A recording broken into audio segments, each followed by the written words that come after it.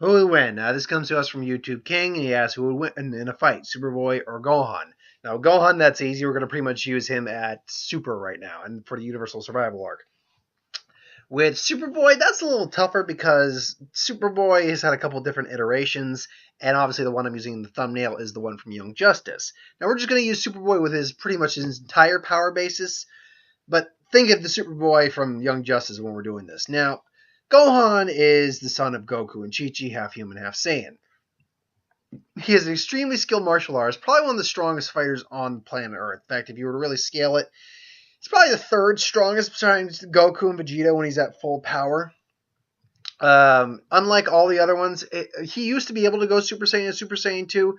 Now he's beyond that. Now he's like reached that Mystic Gohan or Ultimate Gohan form again, which is pretty much his max potential unleashed. Which back in the Buu arc, and he's stronger than he was then, he was able to go toe to toe with a pretty much a solar system level destroyer in Super Buu. Now, for those of you who wonder, what is Goku? Gohan a Planet Buster, Star Buster, Universe Buster, whatever. Well, we have to understand what that term means.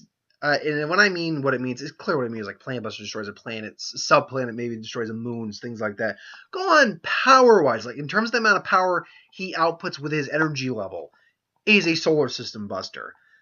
But that doesn't mean he actually is capable of destroying a universe. If he were like Frieza or Cell, that'd be one thing where he could like blow up a star and then pretty much destroy the universe by letting them freeze in darkness. That's one thing. But that's kind of actually what a solar system buster is. Destroy the star and you destroy pretty much the entire universe. Or go planet to planet and destroy a universe. A solar system. That's kind of what that means. But I ran into this issue and I commented back to someone. I think it might have been Brandon Whitman who was talking about the issue, and someone else brought this up too. And he was perfectly fine. I enjoy having a conversation with people like Brandon. The other guy who commented, I haven't responded to because he wasn't really being polite. I mean, he wasn't being a jerk or like he wasn't like swearing or calling me an A or anything. He's like, dude, do more research. It's like Krillin and Master Roshi power levels this, power levels that. It's like, okay, I'm going to address this right now because I got the moment. Power levels, despite how I do use them in What Ifs, and they do matter in the DBZ universe to some levels, power levels don't mean jack when it comes to scaling a character's abilities. Master Roshi clearly destroyed a moon in Dragon Ball. Do you honestly believe that Master Roshi now is a planet buster? I would contend he's not. He's powerful, don't get me wrong, but when you've actually seen what he's capable of, I mean, it's hard to, and I understand it's like he destroyed a moon. It's like, yeah, just because one character does one, that's basically where I'm trying to get. Just because one character who's weaker than another character can pull off an amazing feat doesn't mean another character who's stronger than him can pull off the same feat. It's not about power level. It's about what the character's abilities tailor him to do. It's what he's actually what he is capable of with his own abilities. And truth is, we've never seen someone like Krillin or Gohan or anyone like that really try and find out the full destructive capabilities of their powers. No, if I were to guess, I would call probably Krillin like a low planet buster, but I wouldn't call him a star buster. That's damn certain. Gohan's definitely, in terms of his ki output, all that, he's definitely a solar system buster, but he's not a universal or definitely not universal. The only universal busters would be Beerus, Whis, and an argument could be made for either Goku or Vegeta, but that's an argument. But anyway, but Gohan still, yeah, he has a tremendous energy output. Hell, he can use that to augment his abilities, all that good stuff. Obviously, he's got the Kamehameha Wave. He has the Masenko. He can do energy blasts. I think, and I can't confirm or I can't truly confirm this, I think he is capable of using the solar flare. We'll go on the notion or basis that he is, because I'd rather say he can do something and be wrong about the fact he can do it than say he can't do something and be wrong about the fact that he can't do it. Gohan's also obviously a highly skilled martial artist, but Gohan's not physically invulnerable. He's been killed. In fact, everyone in Dragon Ball Z has been killed at least once. And with the exception, I think, Beerus and Whis. So there's that. But Gohan also has a tendency of when he is not going up against someone who's immediately a threat to him, like Cell was immediately a threat, Frieza was immediately a threat, he has a tendency to slightly underestimate his opponents, and therefore he doesn't go full out, and he tends to drop his guard, and that tends to end up hurting him biting him in the ass, and hurts a bit when it fails. So yeah, Gohan's still one of the strongest Z fighters. I think he's like ranked probably 3 when you really break it down. So yeah, Gohan's pretty good. Gohan's a strong opponent. Con L, or Superboy, or Connor Kent. He is the biological clone with the combination genetics of Lex Luthor and Superman himself. Now, because of his age, because of his and because of his DNA, he does absorb he does absorb solar radiation like Superman does, but he actually absorbs it a lot slower than Superman does, and therefore he can actually die by overexerting himself, unlike Superman, who kind of just runs out and becomes temporarily human for a while. Now he can consistently absorb solar radiation, but again, it's at a slower rate, and if there's no radiation available or less solar radiation available, that's just less he's able to absorb.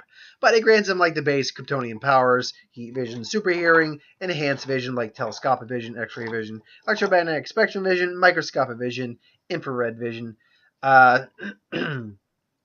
superhuman strength, super stamina, super speed, invulnerability, flight, the whole shebang.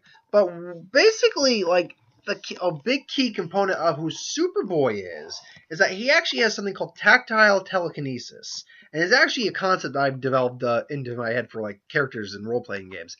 Essentially, what tactile telekinesis is he has a telekinetic force field that surrounds his entire body as a protective shield that allows him to simulate super strength, flight, and invulnerability. It lets him break free of the opponent's grip by pushing outwards the force field. Other creative uses include rendering an opponent immobile by extending the field as long as they are both standing on the same ground. So that's interesting. It's also basically super strength is not so much physicality strength; it's about enforcing his own will, because things won't crumble under their own weight when he's carrying them. He's got tactile human strength, as I said. While his limits are not known, he's capable of so far lifting. Let's see. He has lifted the world's largest yacht using telekinetic strength, a feat of at least 500 tons. So he's capable of pretty much lifting 500 tons at least, which is nowhere near Superman's levels, but still. It's been stated he can lift a battleship that weighs from 58,000 tons and up. Okay, sure. But it's because of his force. It's not. He has to be able to impart his strength, he's got to basically be able to directly affect the power of the object he's moving. Because he can't break out of things like chains or like someone's grip. I'm like, well, no, he can break out of a grip, but that's because of a force field. Likewise, he's got telekinetic flight. That's actually how he flies. He can move up to Mach 5, but needs to focus on moving that fast. Likewise, enhanced reflexes, things along those lines. Tactile force field, able to resist injury, but again, needs to it does not repel gas or energy-based attacks as well, though his skill as deflecting energy is improving. Tactile telekinetic disassembly, which I really don't think would do anything. He's able, basically, by touching an object, to kind of disintegrate it. He's able to disassemble it, and theoretically, he could reassemble it. Now, I don't know if that extends to living organisms. I don't think it does. Telekinetic force blast, basically psionic blast of energy. Basically blasts would emit enough concussive force equal to 5,000 pounds of TNT, which is pretty strong. And also super hearing. Basic weaknesses of any super Kryptonian. Kryptonian physiology is weak to kryptonite, magic, red sun radiation, and he processes the yellow sun energy a lot slower than, say, Superman does. So now that I've gone over all that, let's get into the fight. So let's assume we're in the Universal Tournament. Yes, Dragon Ball Z versus the DC Universe. Universal Survival. Goku and Vegeta are tag team with Superman right now. Maybe the Martian Manhunter gets there. Meanwhile, Superboy and Gohan are fighting it out. So their fight commences, and right off the bat, Gohan has got the edge in like pure combat speed. I wouldn't say Gohan's faster than Gohan, actually. No, Gohan, now I think about that, Gohan can literally just disappear in the blink of an eye. he can disappear as faster than the eye can see. We've seen them individuals with raw speed do that. So I take that back right off the bat. He's faster than Superman or Superboy right off the bat. Even because Superboy can move like at Mach 5. Gohan can move a lot faster than that. Let's not kid ourselves. So he's got the speed ability, he's got the speed, and he's got the combat advantage. So right at the bat, he's going to be pressing the edge on Superboy. Superboy's going to be just doing the best. Now Superboy's durable enough to take hits from Gohan. That's not in question. He's going to but he's going to be feeling them. It's not like he's just going to be like, haha, I'm Superman. It's going to be, haha, I'm Superboy. Oh, and then gets a gut punch. Oh, and then Superboy's going to try throwing a couple punches.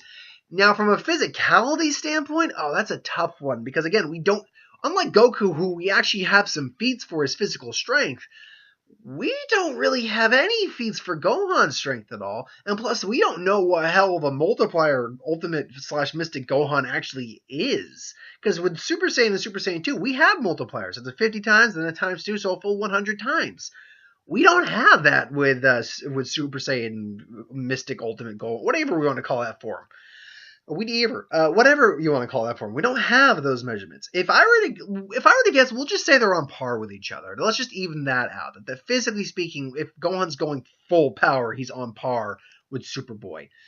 But and let's also assume that the yellow light you see, like the sun in the world of the void, it will allow Superboy some solar radiation to absorb. Not enough that's like he's constantly absorbing it. I'm going to always be perfectly fine, but enough that he's not going to diminish himself automatically. He's able to replenish himself with degrees.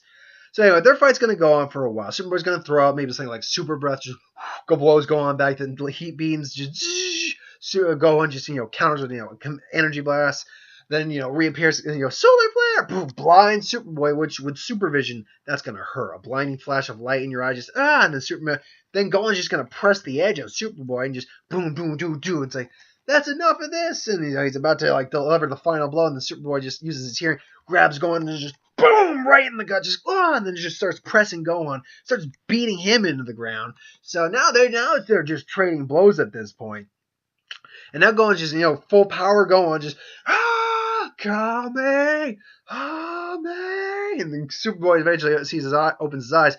And I was like, oh crap! And then he fires his concussive blast, and it's basically beam struggle time, just just beam struggle.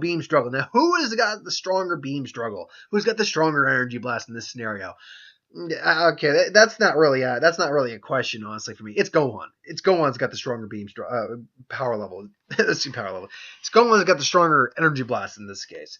And the reason I say that is because when you really think about it, 500 pounds of TNT, and that's apparently the max we've seen Superboy's capability at right now, as far as I know. That's not enough to destroy a planet. I mean, that's enough to level a country. God knows it is. But it's not megatons. It's not kilotons or anything like that. It's just 5,000 tons of TNT. Which, if you actually do the math, that is roughly in the neighborhood about 10 million pounds. But when you go megatons, you're going into an entirely different level of power there. So, but yeah, Gohan, to be able to destroy a planet, you got to go into the megaton range. And Gohan clearly has that planet capability. His blast is clearly a megaton. Don't get me wrong, they're going to beam struggle for a little bit, but Gohan's clearly just, when he finally puts all the power, he's just going to go, and then just, Superboy's going to get, great, he's got his force field, and maybe it doesn't blow him off the stage, maybe it doesn't kill him or anything, but it's going to hurt, son. It's going to, and Superboy just, and then he's on the ground. Gohan comes in, he's rushing on the ground, he's about to end it, and then right as he gets close to him, right, he's touching the ground, and Superboy sees this. Superboy extends his field, and Gohan just suddenly came, was like, what's this? Like, it's my force, it's my, and Superboy's admittedly he's young, so he probably says, I'm incapable of attack, it's my ability, techno, whatever. He explains himself a little bit, and then he takes a minute to catch his breath, and just